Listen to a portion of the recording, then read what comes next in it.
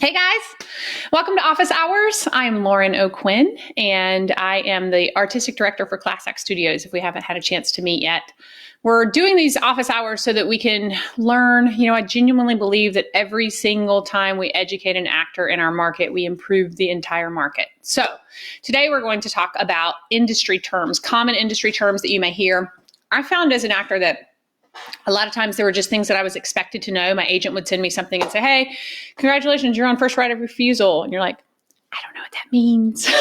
So this is all about getting to know what those terms mean, maybe before you need them, or, a lot of you have heard these terms, but maybe you've been a little too embarrassed to ask what they mean. So I'm here to help you with those things today. I want you to make sure that you ask me any questions that you have as we go. And also, once you feel like you understand a term, give me a little like, a little thumbs up or a heart to let me know that, hey, you get this one, and we'll move on to the next one. Okay, so let me know that you guys are getting it. The first one we're going to talk about is right to work. You're going to hear this term a lot because it refers to union or non-union status. So in the country, there are two union states that we hear about primarily in our industry, California and New York. The vast majority of the states in the United States now are what they call right to work states. All of the states in the Southeast. So if you are a Southeastern actor and you are working in Florida or Georgia or Tennessee or South Carolina, North Carolina, Louisiana, all of those states are right to work states. And what that means for you is that you can never be forced to join the union. There is no such thing as a must join status in a union for a right to work state. So as an actor, you can stay non-union and you can work both union and non-union jobs, okay? There is no such thing as forcing you to join the union. It's completely different if you live in California or New York. But for us here in the Southeast, we are in a right to work state. You can never be forced to join the union, and you can never be discriminated against because you are non-union. Casting directors are not actually legally entitled to ask what your union status is prior to inviting you to an audition. So you can, if you ever see a casting that says union actors only, and it's happening here in the Southeast, that's illegal. They're not allowed to do that, okay? So usually they're doing it from a place of ignorance. The client told them to do that. They didn't realize it was illegal. And most of the time they're quickly corrected by certain agents and they'll change that on their breakdowns, but they're not legally allowed to say union actors only. And they don't ask our union status until we're booked. Once we're booked, they ask if we're union or non-union because that determines the paperwork that they will fill out. If you are a non-union actor or a union eligible actor and you are booked for a union shoot, you will still be treated the exact same way as a union actor on set. There's no difference in a right to work state, okay? So that's what right to work means. If that makes sense to you, give me a thumbs up, give me a heart, let me know that you understand that so that we can keep moving along, okay? Right of first refusal. I hear this one all the time. You'll also hear it called first refusal or first right. All means the same thing. Right of first refusal is used in non-union commercials, and it actually basically means, hey, we want to hold you, and we want you to give us the right to refuse you before you take another job that would conflict with this date. So if, for instance, the client says, we'd like to have a right of first refusal on Lauren for May 1st. And I got the opportunity and I said, okay, great, May 1st, I'm holding that date. But then another client came in and said, hey, Lauren, we'd like to book you for May 1st. Well, before I accept this booking, courtesy says that I will go to that first client and say, hey, I have another client that's inquiring about me on the same date. Please book me or release me. So that client just got the right of first refusal. And so it basically means for you as an actor, don't take another job until you either give this other client the opportunity to book you or release you, okay? Don't take something that conflicts with those dates that they've given you. Right of first refusal means that you're definitely one of their top choices. It does not necessarily mean that you will book the job. Sometimes there could be 3 or 4 actors on right of first refusal. Sometimes there's only you on right of first refusal. And maybe they're just, actually they put you on first refusal for this kind of trio of dates, a few dates. And they're trying to decide what date they're shooting or where their shoot location is or whatever, and they put you on first refusal for this entire window. Other times first refusal means we can't decide between these 2 actors or these 3 actors or these 4 actors, and we're making our decision and we don't want anyone to book anything else until we know for sure who we're using. All you need to know is that first refusal means they liked you. You're one of their top choices. That's a great thing, okay? That's a win. It does not necessarily mean that you will book the job, though. Thumbs up, hearts. Are we understanding that? Okay, great. We're waiting on Gabby right now. She has a question regarding a veil, but I don't have a question from her just yet. Okay, well, Gabby, to me, I'm actually going to get to a veil. So a veil is actually the next term. A veil, oh, by the way, do you guys like my chalkboard? I wanted to feel like a real teacher today. Actually, Liz Day said she loves the chalkboard. I told her to get her pencil out. Yeah, I feel like a real teacher, so I made my daughter bring me down her chalkboard. I think I need to take roll because everyone's like, present. But yeah, please raise your hands and tell me that you're here. Okay, so a veil. A veil is basically the same thing as right of first refusal, but a veil is used for union jobs. So you will hear the term avail used for film and television shows, and it is almost always used in union states. So in California or New York, your agent might call and say, hey, they put you on avail. In the Southeast, you will hear right of first refusal used most often, but it means the same thing. It means please keep yourself available until we tell you otherwise. You are entitled to take another job, for sure. It's just that you have to give them the courtesy of letting them know that, okay?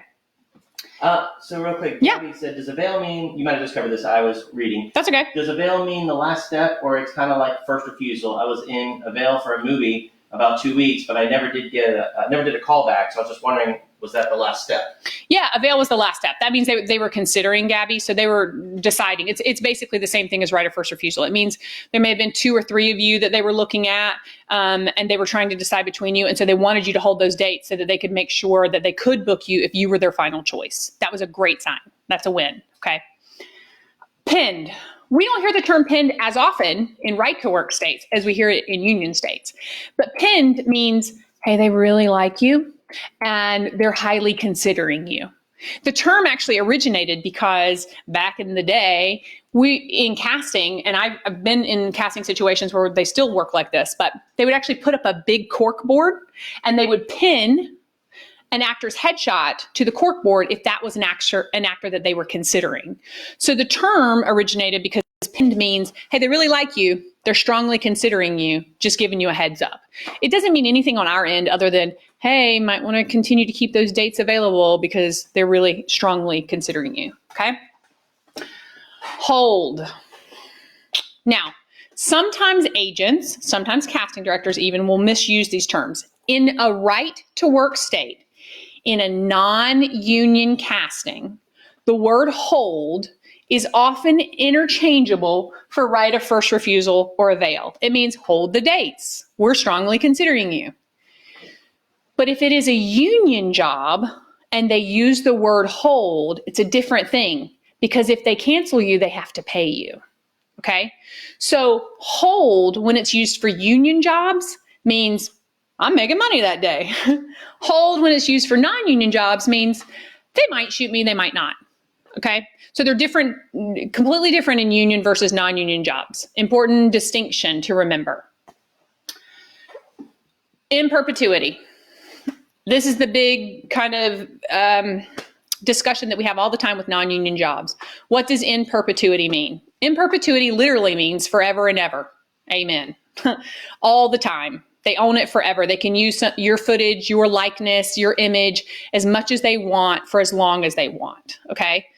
Remember when you do a union commercial, and we're talking about commercials, because let me just clarify, for film and television, technically once they film you, it's always gonna live in that show. It's not like they're gonna change that show or change that movie. Of course, your image lives in that way and is used for that film or that TV show as many times as they run it. For a union commercial, you are paid for each time that they use that commercial. For a non-union commercial, which is what 80% of our work is in period, honestly, even in LA, but for commercials, 80% of them are now non-union. When you hear the term in perpetuity, it means we'd like for you to shoot this commercial and we would like to use it forever and ever as long as we would like, and we will never pay you another cent. You want to avoid that for commercials as much as possible. Yeah. Landon wrote, it means paid training for newer actors, right? In perpetuity means paid training for newer actors, Landon says. No, it doesn't, in fact, but thank you for the laugh. You'll hear people try to convince you to do in perpetuity jobs because they'll say, well, it doesn't really matter. I mean, yes, they'll own it forever, but they won't use it forever. And my thought on that is, well, then in that case, have them give me a contract that says they'll use it for 1 year or 2 years. If they're not going to use it forever, then they don't need me to sign a contract that says that they can use it forever. Here's my philosophy on it. As an actor, I lease my image to companies to use for their advertising. I do not sell it. They don't own me. I want to be in control of my image. The only thing I have to sell is my talent. The only thing. So why would I give it to a company to sell sneakers or tires? Oh my God, I am the queen of tire commercials. I have no idea what it is about me that makes companies want to hire me to sell their tires, but I have been in 4 national brands of tire commercials. So if I had done an in perpetuity contract with any of them, I wouldn't have gotten to do the rest. And they were all well paid. They were all for certain amounts of time. So what you want to pay attention to in non-union commercials is the usage and the buyout, okay? The usage means how are they going to use it? In what media? So is it going to be on television? Is it going to be on the internet? Is it going to be in print ads? Is it going to be on billboards? Those are all separate categories, and you should be paid for each one of them in theory, okay? The ones that I am most concerned about that you try to avoid for in perpetuity are for television, for billboards, and for print. Those are important because if a company has the right to continue to use your image, your talent, your likeness to sell their product, why shouldn't you get paid? Because that's your product, right? Your talent. Now, there's one category in there that is not as important to me, and that for in perpetuity, and that is internet, web. Technically, once something has been uploaded to the internet, it's gone. It lives there forever. If I take a commercial that I was in and I share it on Facebook, and then my mom shares it because she's proud, and my aunt shares it, and my brother, and all these things, then it's gone. It's out on the internet, okay? Same thing if a company shares it on their Facebook profile or their Instagram or Twitter or whatever. So, you know, once something's been on the internet, it lives forever. So I'm not too concerned about you seeing an in perpetuity buy there.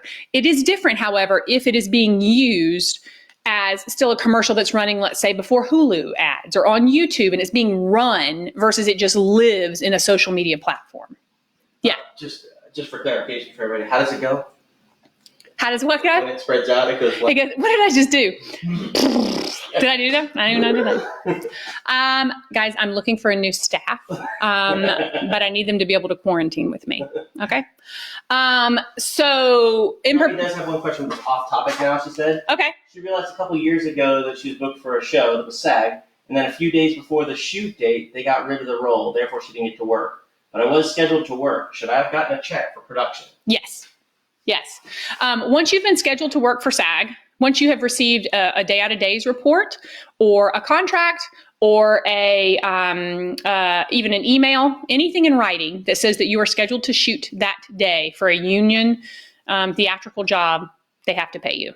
So if your agent did not follow up on that, that's definitely on your agent because you absolutely were due money for that. It's not your fault they rewrote it. And the concept behind that is you have to be paid because you booked out. It prevented you from taking other work on those days, and therefore you were ready, willing, and available, and holding that day for them, and therefore they have to pay you. It's not your fault that they decided to change their script.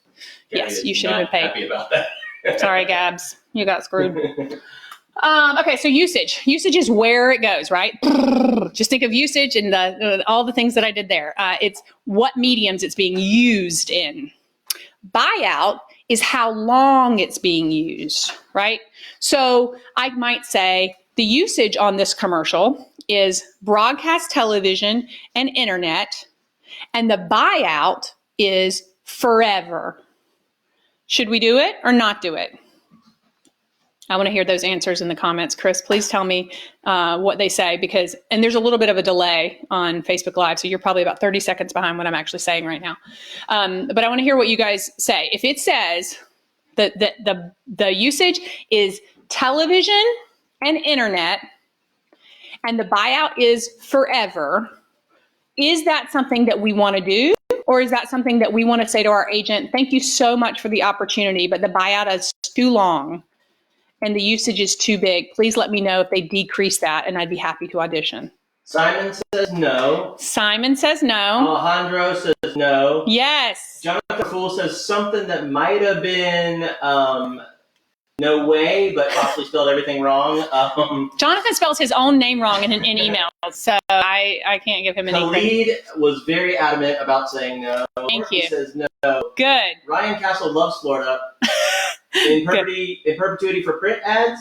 Oops. Yeah. So it was Sally Glaner. Bridget says no. Elodie says no. And Amanda's got a lot of no's. I'm proud of you guys. Okay, good. All right. So the class has passed. The answer to that would be no. Now, let me give you another situation.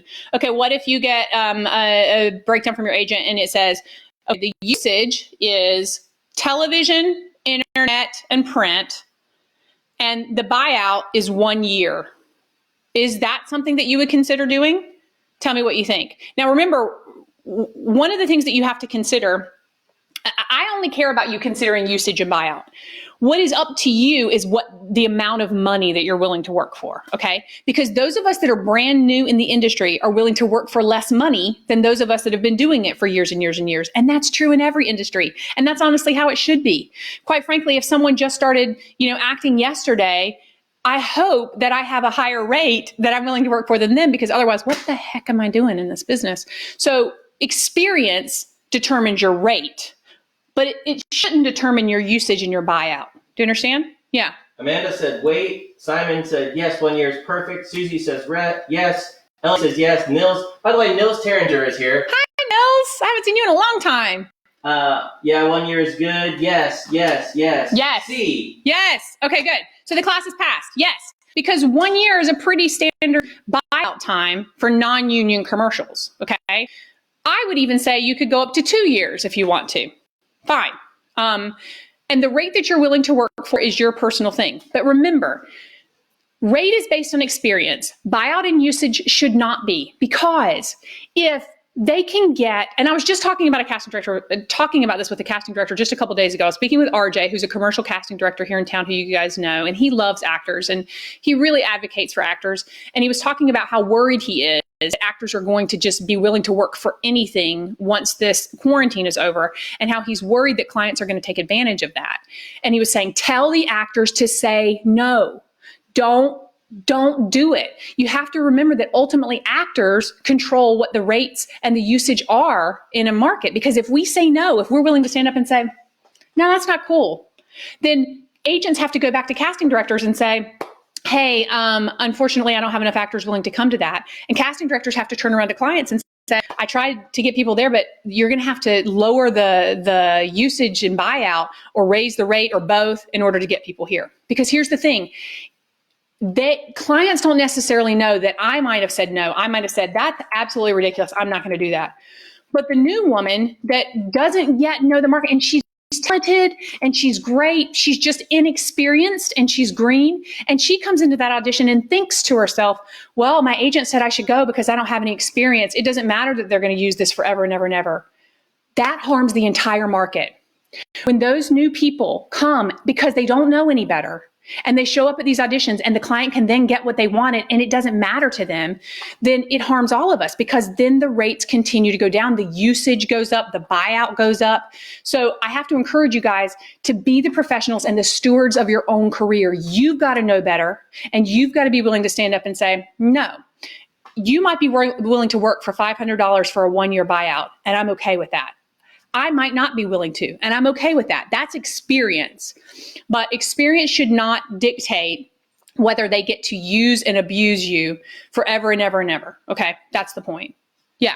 Amanda says, when you notice a commercial's been airing past the buyout date, that's something your agent reaches out to the client about, right? I wouldn't have to contact anyone? No. So if you notice that a commercial has been airing past its usage date, then what you do is you immediately reach out to your agent and you say, hey, agent, I just wanted to let you know that I just saw my commercial on CBS last night, and here's a copy of my contract, which you should have already sent to them the day that you were on set too. But here's a copy of my contract just to remind you that actually was supposed to expire in January and they're still running it. Please let me know what happens. Your agent is immediately going to turn around and reach out to the client and say, hey, you're airing this past expiration, and they're going to get more money for you. Okay. And that's their job. Seriously, there was one year, was it like 2 years ago, Chris? We're in a period of 3 months. Chris and I had multiple commercials between the two of us that were used past expiration. I went and I looked on the client's websites. I looked up things on iSpot TV to check to make sure if they were running or not. And I was able to collect almost $11,000 for us in renewals that would not have come in. We would not have gotten them if we hadn't been tracking them down. And by we, I mean me, because Chris did nothing. But the point is that you often will have to be the steward. So check on those things. I keep a little running tally in my calendar of when spots are supposed to expire. And once that expiration date hits, I go and I check. I look at iSpot TV. I look at their YouTube channels. I look at their websites just to see if I can see evidence that they're still running that spot. And if they are, I have my agents reach out right then. Okay, so absolutely make sure that you reach out if that happens to you. All right, we've got a few coming. I'm ready. Here we go. I remember back in the day when Disney and Universal paid thousands for 1 to 2 year contracts, then they wised up because the same actors were showing up for SAG, were showing up for the in perpetuity B-roll. That's from Danielle. Yes, Danielle, that's exactly right. You know, that started in 2008. When the market crashed back in 2008, is when the theme parks were obviously their attendance suffered, just like it's going to suffer now after quarantine. And they said they used to all be SAG theme park commercials. And that's when they started saying, well, maybe we could do it for like $2,500 for 1 year. And will they come? And the same actors came to the auditions. And so then they lowered it to $800 for 1 year, and the same actors came. And then they said, we're just going to use it forever and ever, but we're going to put it in our kind of library and use it when we want, and we'll do it for $500. They got down to like $225 at one point. It was absolutely terrible because actors kept showing up because they thought for some reason that they didn't have any control over that. I want to empower you. You have all the control. You get to say, no, thank you. I won't do that. So I encourage you to do that. I promise you there will be other options. I promise you there will be other opportunities. You don't have to do everything that is offered to you simply because you assume that you don't have any choice or you're not worth more. Okay. All right, hang on 1 second. Okay. Landon said they lost audio. Just trying to. They lost audio? Has everyone lost audio, or is it just Landon? What we're trying to find out. Michelle thinks you're fancy with your water glass, so that was a minute or two ago. Okay. All right, looks like some questions are still coming in, so we'll see if we can handle those, and maybe I wrote to Landon. We'll see if we get back up on that. Okay. Tony Decker's wondered, sometimes she sees a 3-year buyout. Is that too long? No, a 3-year buyout, to me, at least it's still got a limit on it. There are some agents in town, and I agree with this, that they won't really go beyond 3 years. 5 years is a long time because what's going to happen? I mean, you don't know where you're going to be 5 years from now. And, there is this kind of thought process like, well, what does it matter? Well, it matters to me. I'm a person that it matters to. If next year I book a series regular on some show and Steak and Shake has a commercial of mine that I shot 3 years ago and they decide, oh, hey, that girl's on a series regular show now, we'll definitely profit by using her in our commercials, and they run it, that bothers me. I don't like that. I like to be paid for my talent when it's being used. And that example that I just gave you is exactly what happened to the girl who was in Blair Witch Project. She shot an in perpetuity commercial here for Steak and Shake, and then she got big on Blair Witch, and 2 years later Steak and Shake brought it back out because she was in Blair Witch. And she had no control, and she didn't get paid again for it. So that kind of stuff bothers me. If that doesn't bother you, that's up to you, but just know that when you do that, you're actually harming the amount of money that all actors in your market are able to make for their usage. Amanda Diaz said that was really smart. She said, I'm going to add that column to my booking, shoots, auditions chart so that she can put in her date. So good. Your expiration dates. Good. And love that. Danielle also said, keep an eye out for that, especially now because a lot of companies aren't going to have the time to run new commercials. So they're going to rerun old commercials during this time while we're not shooting anything. That's a great point, Danielle. Yeah, I agree with that. Keep an eye out for your commercials. Look at commercials that you've shot in the last couple of years.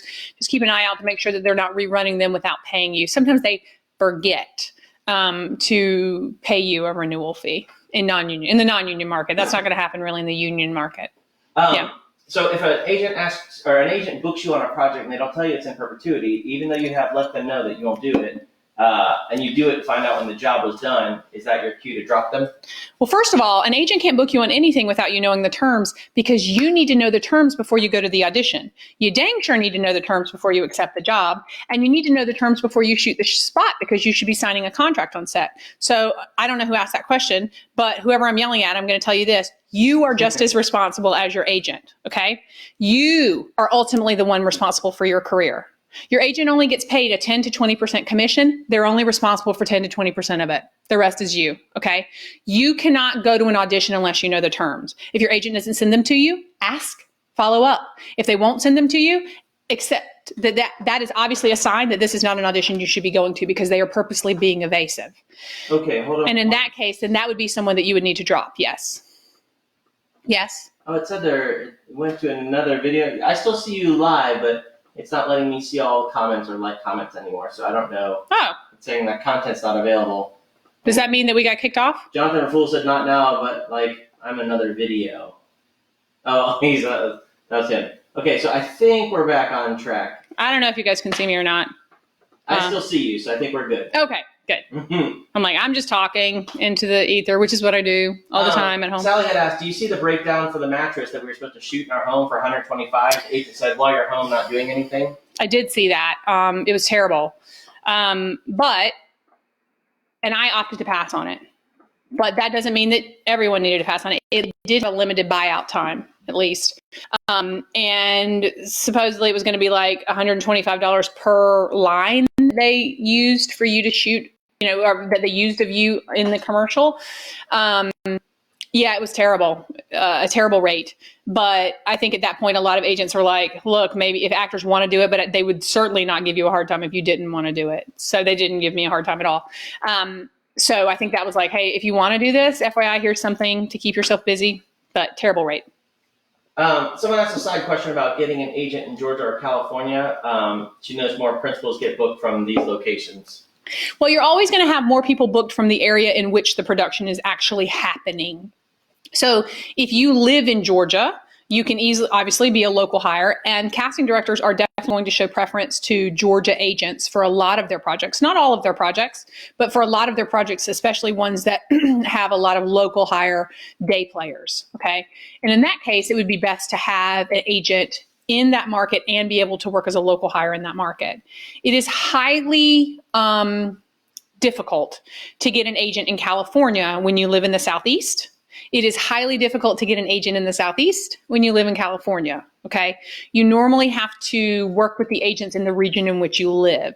There are some exceptions to that rule, but you have to have an extensive amount of experience to be considered to have an agent in a market far away from where you are. But for the most part, things happen so rapidly in this business that you have to be close by, because sometimes you have to shoot tomorrow, or they change your shoot date. You're en route and they're changing your shoot date. Or they say, oh my gosh, it's actually supposed to storm tomorrow, so we've decided to move that scene to today. Can you be here at 2 o'clock? Everything changes so fast that they want you close. We got a lot of questions. I'm ready. We're back. So Liz asked, is the usage on the contract from the date that it is shot or from when they start airing? And should you ask that when it's booked if it's not stated? That's such a good question, Liz. The usage is normally from the date that it starts airing, okay? So most of the time the contract will say something to the effect of 1 year from first air date. Now, one thing you can ask when you're signing that contract on set is, hey, this says 1 year from first air date. Do you have an idea of when this should start airing? Normally, the air date should be within about a month to 2 months at the most of the time that you shoot. So what should not happen, and did happen a couple of years ago in this market, what should not happen is that you shoot a commercial for, let's say, an insurance company in June, and you have a 1 year buyout, and you're thinking, okay, I shoot it in June, they'll start airing it in July or August, and so 1 year from that date.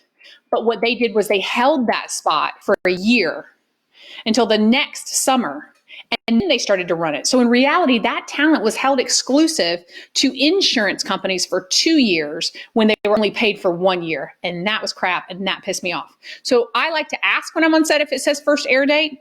And if they say, oh, it's supposed to start in April, then I'll actually write on the contract first air. So it says 1 year from first air date, and I'll actually write first air date should be April 1st. And then I'll initial it, just so that is locked in and they see that I was told this. Because remember that it is absolutely illegal to write things on contracts and initial it. That's still a legal binding contract. So I try to add those terms and stuff just so I have more things on my side.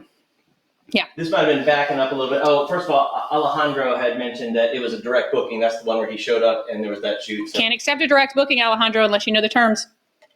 All right. So then Tracy Gill asked, won't you just lose the job that's maybe $2,500 session, $3,500 buyout? My daughter did a SeaWorld when she was 9. She's 14. It's still out there on print, but that's $6,000 she was paid at the time. We'd lose.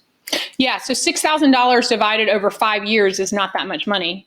It goes down exponentially. I will tell you this, however, I don't have as much of a problem with it for kids as I do for adults because children change so much. So I'm sure your 14-year-old is probably not recognizable as that 9-year-old in that ad, that commercial. And so I'm not as concerned about that, but I would still be recognizable. Other than the fact that I'm rapidly aging, I look as I did 5 years ago. And so that wouldn't make any sense to me because then I'm excluded. When you do an in perpetuity commercial for any sort of company, you are then forever and ever and ever legally not able to say that you are able to be exclusive to another brand in that category. And therefore you can't do any union commercials for that category. So what that would mean is you do an in perpetuity commercial for SeaWorld and it's on. When Disney's SAG National comes in, which they do a couple times a year, a Disney SAG National comes in, that's a union commercial. And they say, okay, we want to book your daughter.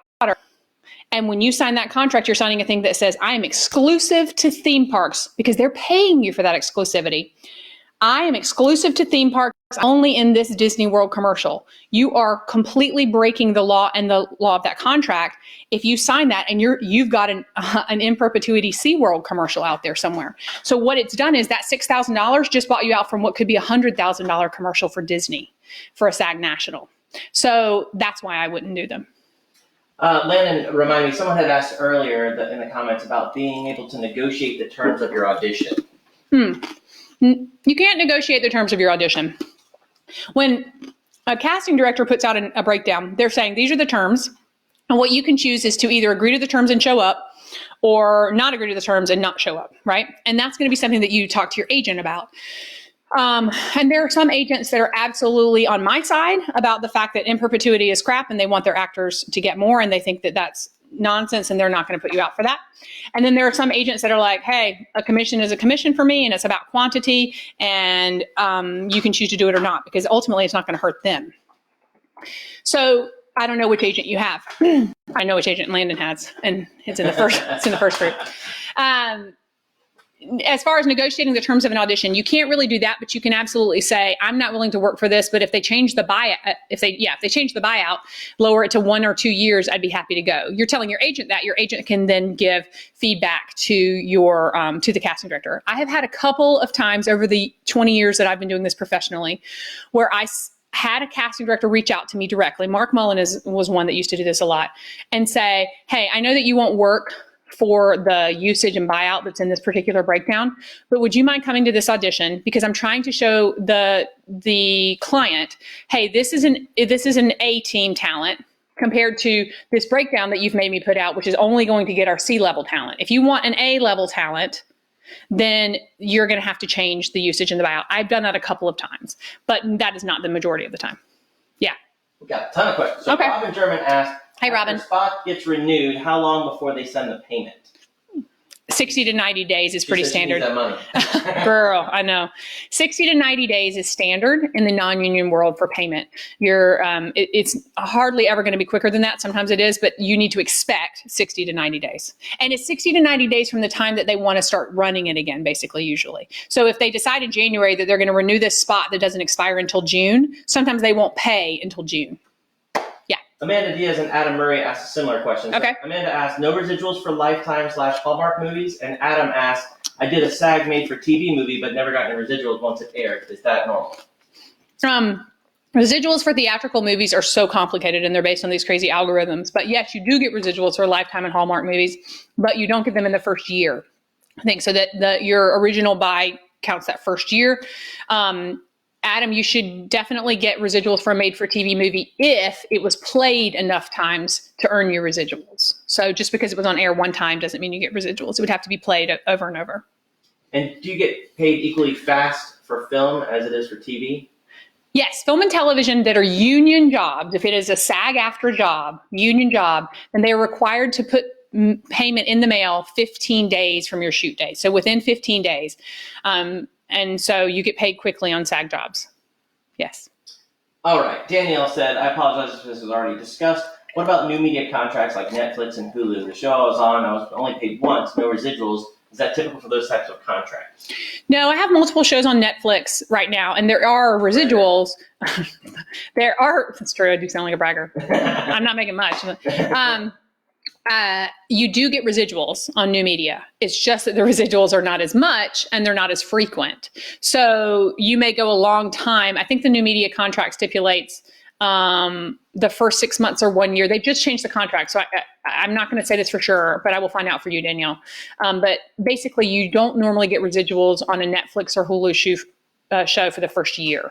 Okay. After that, you should start seeing residuals. If you haven't, then you might be missing some somewhere. Total off topic, but back in June, we just moved into this house. That's why I remember it.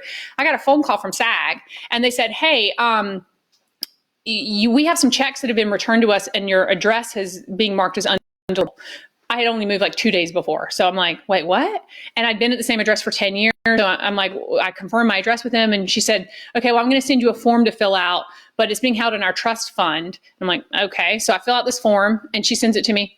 It was over $6,000 in residuals that I had no idea I was missing. So you might call SAG and check on it if you feel like there are residuals that are owed to you that you have not been getting. And you can also track residuals online through SAG's website by putting in your social security number. They have a residuals tracker there. Yeah. Amanda Diaz. Hey, Amanda. Random question. I just learned about when you wear your own clothing on a SAG project, they pay you? Yes. Who do I speak to about getting paid for wardrobe, or should it have been factored into my last check? It should have been factored into your last check, and it should have been noted on your contract that day when you shot. So you get paid $17 per day for providing your own wardrobe, I think. Maybe $17 per piece. So like $17 for a shirt, $17 for pants. And they're technically like cleaning fees and stuff.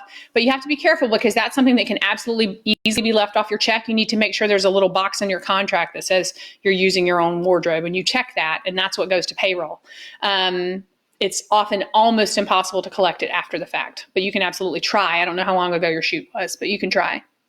Anna Oswald asked, side question, do you know if the Hawaii market is similar to LA, as in do you have to join the union to book jobs out there? I believe that Hawaii is a right to work state, but I'll check on that for you, Anna. I've never, it's funny, in all the years that I've been doing this, I have never been asked about Hawaii specifically. So Lost was filmed in Hawaii, but almost nothing else is ever filmed there, except for just as a temporary, they go there to shoot an episode and then they come back. Productions don't live there. It's way too expensive to shoot in Hawaii for the most part. So it's not a big production state, period. Austin Gage just tuned in and said, this is awesome. So, oh, thanks, Austin. I appreciate it. Hope it's helpful. Larson said she shot a health commercial on March 9th, and they asked for 1 year exclusivity for any other health commercial, but they haven't aired it yet, probably because of the virus. What should I do? There's nothing you really can do. I would love to see the terms of your contract. Look at your contract and see if it says 1 year from first air date or 1 year from shoot date. If it's from shoot date, doesn't matter. March 9th will come around in 2021, virus or no virus, and you will be released. If it says 1 year from air date and they're holding it, you may be held for a lot longer than you originally anticipated or are being paid for, Anna Maria. Yeah, so check your contract. Also, side note, guys, the second that you're on set and they hand you a contract, you are going to take out your phone, you're going to take a picture of that contract, and you are going to send it to both yourself and your agent. Instantly. Hey, here's a copy of the contract that I signed on set today. Send the signed copy, okay? I want you to send that instantly. You should never, ever, ever leave that set without a copy of that contract. It used to be hard. We had to get them to make copies like in production office. And now all we have to do is take a picture. So there's no excuse. Take a picture, send it to your agent and to yourself, and that way you always have a copy on file, okay? You will absolutely, it'll be 2 years, 3 years, 4 years from now that you suddenly need to refer to that contract because that commercial is airing. I can't tell you how many times that's happened to me. Yeah. Tracy Gill said, going off your last answer, that's what I did a little bit ago, but does that mean my daughter can never do another theme park without breaking the law? That means that she could never do another theme park that requires exclusivity, Tracy, or she could never do another theme park that is a union commercial without breaking the law, correct? Because you've already sold the rights to her forever and ever and ever in theme parks.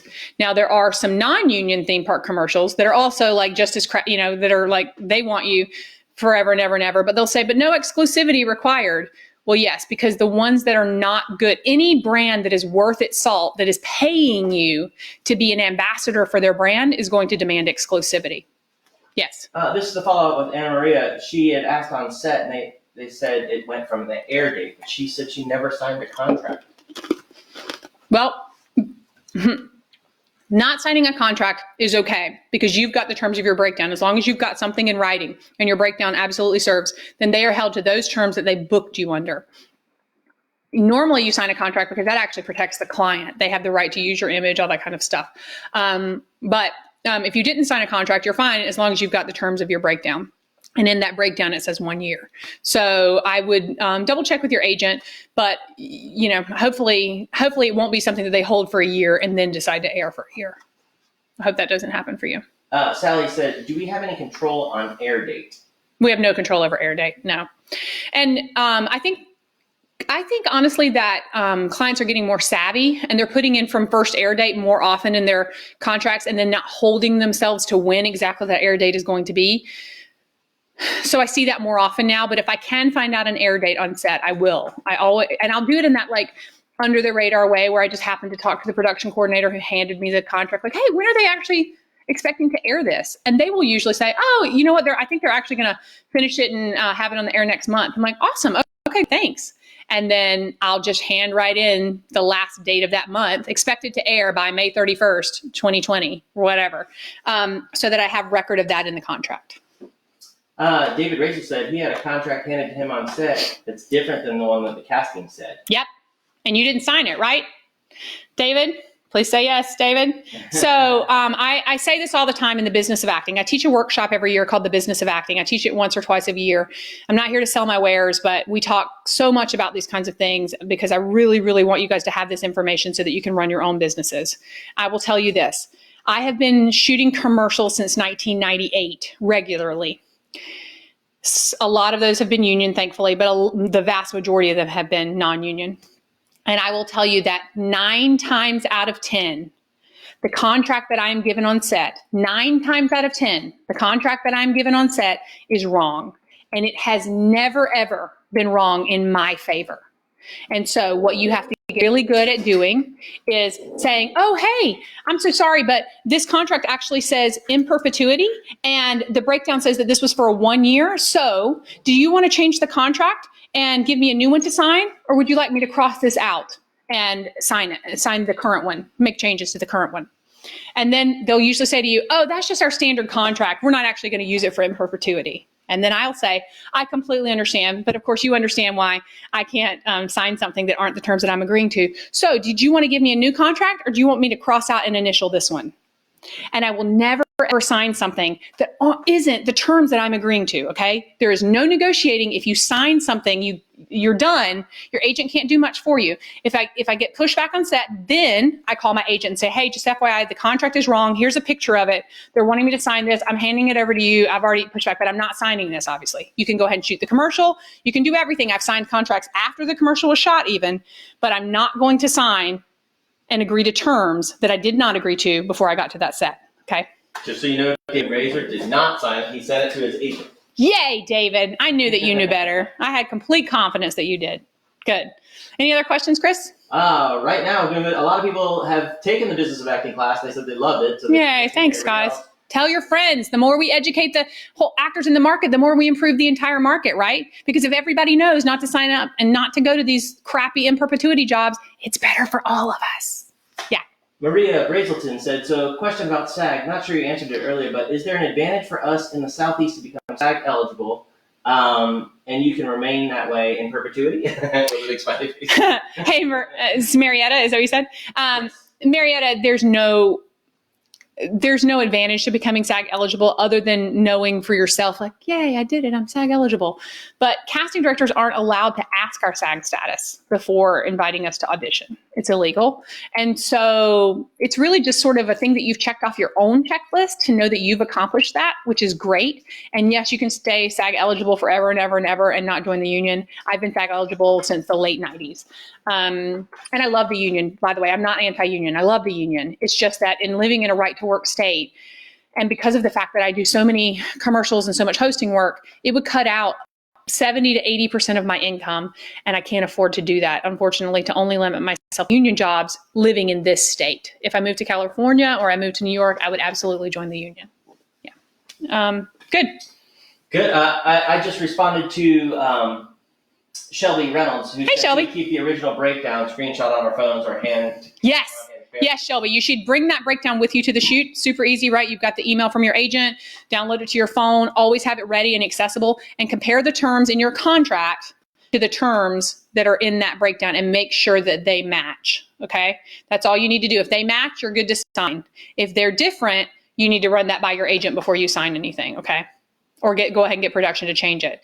Like I said, 9 times out of 10, you guys, it's wrong.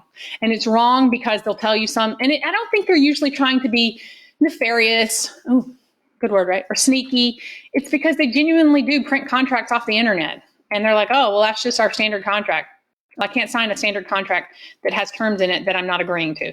Put that in context of something else. If you say to someone, I'll buy your car for $5,000 and they hand you a contract and the contract says that you're buying this car for $9,000, are you going to sign it because they say, oh, it's just a standard contract. I printed it off the internet.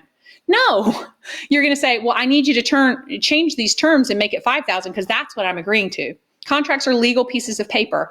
Don't sign it unless it's the terms that you're actually agreeing to. And if you have any trouble, that's what your agent is for. Okay? Good.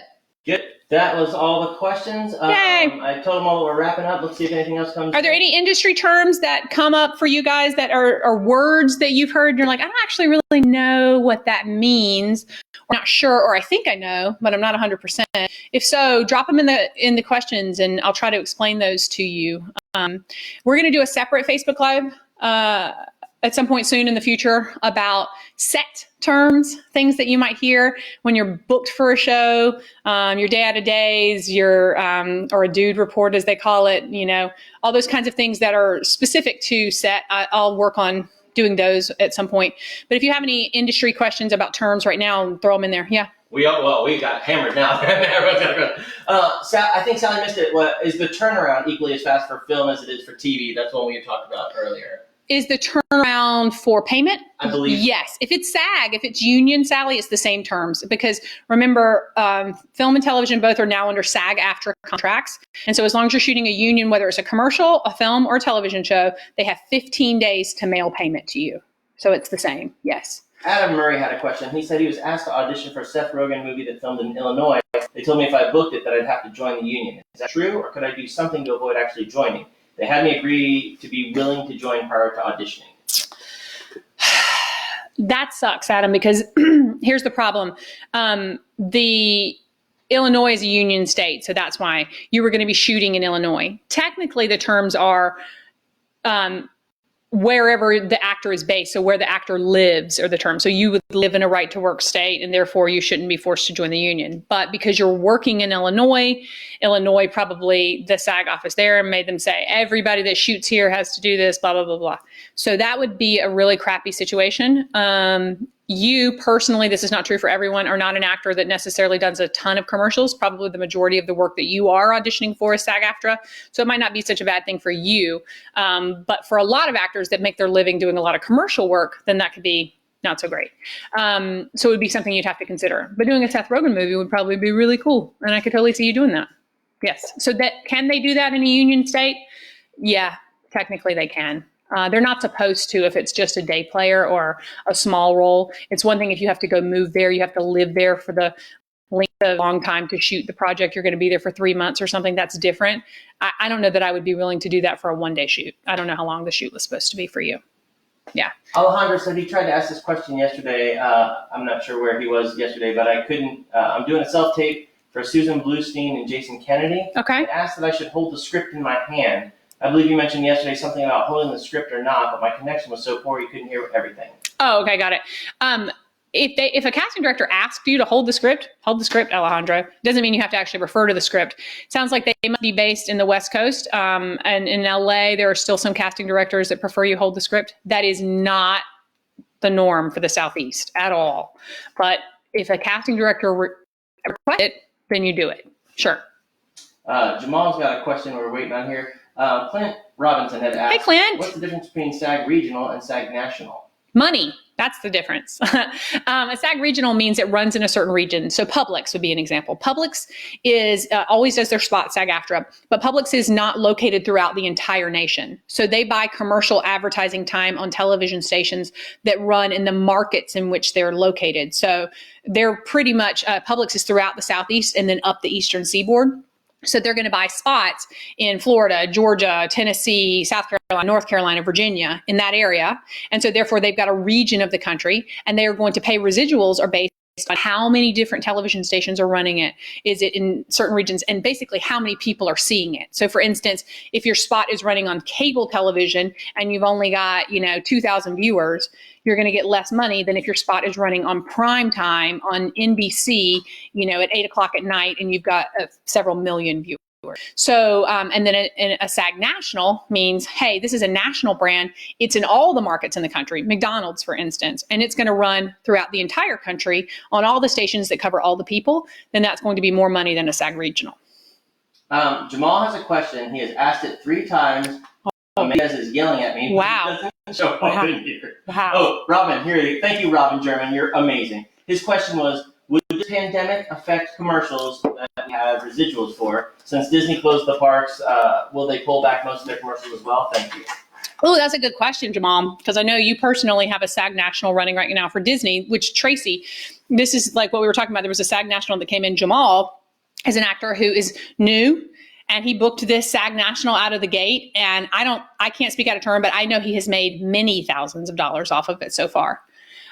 Yes, absolutely, Jamal. They could be adjusting their advertising. It doesn't make sense for them to spend a whole lot of money on advertising the parks that nobody can actually go to right now. So I'm sure they have adjusted that spot.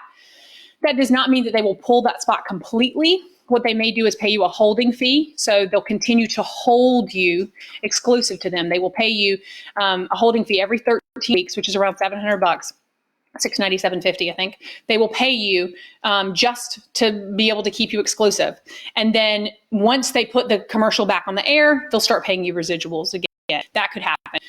Or they could scrap it completely, which I hope doesn't happen for you, and do all new spots, because now they've got a new message to say to people once they open up again, like, hey, we're still here and we care about you and we're not going to give you COVID and things like that. That may be what happens. We'll see, honestly.